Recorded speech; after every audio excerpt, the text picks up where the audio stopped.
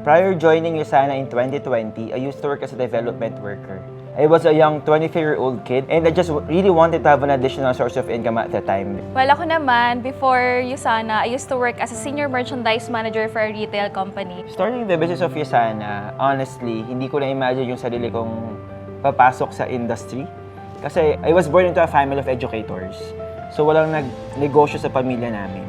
But I've always been fascinated sa buhay ng mga negosyante. So when I found the opportunity in USANA, sabi ko, baka maging ganyan din yung buhay ko. Nung kaka-start ko ng USANA, ang goal ko lang noon, sige, enjoyin ko lang yung community since I started this out of impulse. So for me that time, okay, kung kikita, go lang. Pero kung hindi naman, at least, na-try ko. People telling me na, okay ka naman na, matalino ka naman, okay yung work mo, bakit ka pa nag-USANA? Na-realize ko ngayon, buti na lang hindi ako nakinig. Kasi wala ko kung nasan ako at di ko siya na-meet. Diba? Kung nakinig ako sa mga dream stealers na yun. I realized na never talaga ako nagka-dream job as an individual, as a person. But I've always had a dream life.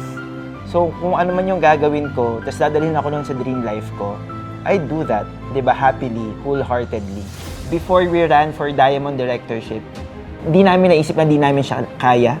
Kasi never kaming nagduda sa kaya namin gawin. Sobrang excited namin kasi I think we're carrying sa shoulders namin that we are the youngest Diamond Director of this generation.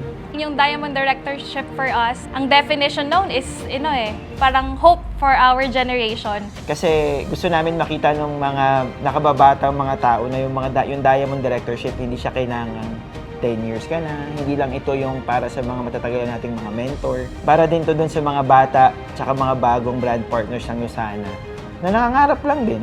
Di ba? Na darating yung time. Kwento mo na rin yung naririnig mo at yung nag-i-inspire sa maraming tao. Yung favorite sacrifice ko was actually choosing USANA over the position that was offered to me. With USANA kasi, hindi lang siya about money. But yung paulit-ulit ko namin sineshare is yung freedom na kahit saan mo gusto mag-work today, makapag-work ka, yung kalayaan na hindi ka nakokontrol ng ibang tao when it comes to time. We Filipinos kasi pag pangarap yung usapan, walang imposible. I think yun lang din yung nag-translate sa amin ni Mayan for this Diamond Directorship. Kasi again, it's way more than the result, the income. It's really who we became in that process of becoming Diamond Directors. Now that we are Diamond Directors, kaya naming sabihin sa mga batchmates namin sa younger generation na kaya ng henerasyon natin. Pag sinipagan, pag ganalingan, pag hinusayan, imposibleng walang mangyari.